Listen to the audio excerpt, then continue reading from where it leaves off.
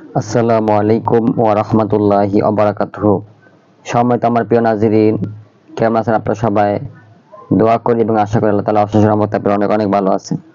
আমি আপনাদের দোয়ার বরকতে অনেক অনেক ভালো আছি। আজকে আমি আপনাদের জন্য খুবই পরীক্ষিত একটি মহব্বত বশীকরণ স্বামী স্ত্রীর জন্য নিয়ে এসেছি। ইনশাআল্লাহ এই আমলটির মাধ্যমে, তদবিরটির মাধ্যমে স্বামী স্ত্রীর ভিতরে গভীর মহব্বত বশীকরণ আপনারা করতে পারবেন। কিন্তু স্বামী স্ত্রী ব্যতীত কোথাও এটি প্রয়োগ করা যাবে না, করলে আপনার গুনাহগার হবে।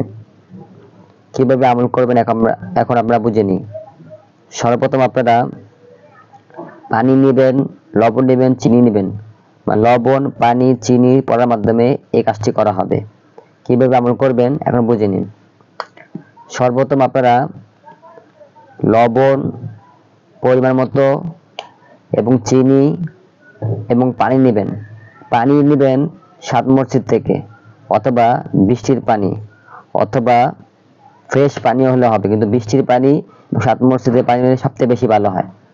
নিয়ে তারপর আপনারা যে কোনো দিন ফজর নামাজের পরে পাক পবিত্র হয়ে বসে অজু করে নেবেন।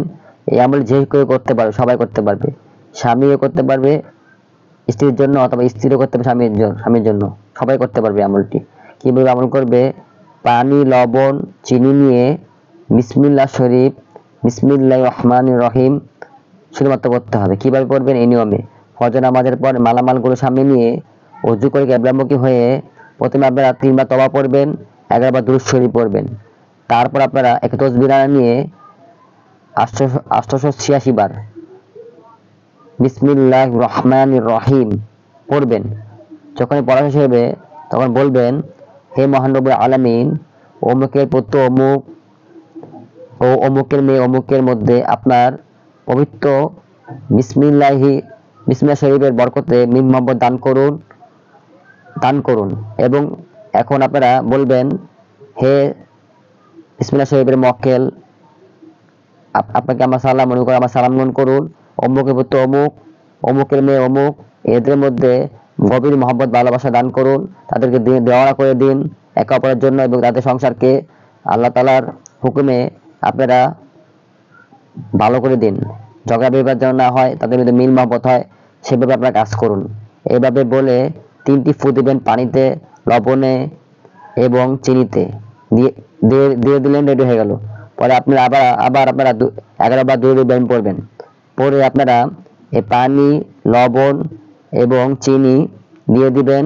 পানি প্রতিদিন বা যে কোনোভাবে খাওয়াবে, চিনি খাওয়াবে শরবতের মাধ্যমে বা যে কোনো উপায়ে ফিরনি করে খাওয়াবে, আর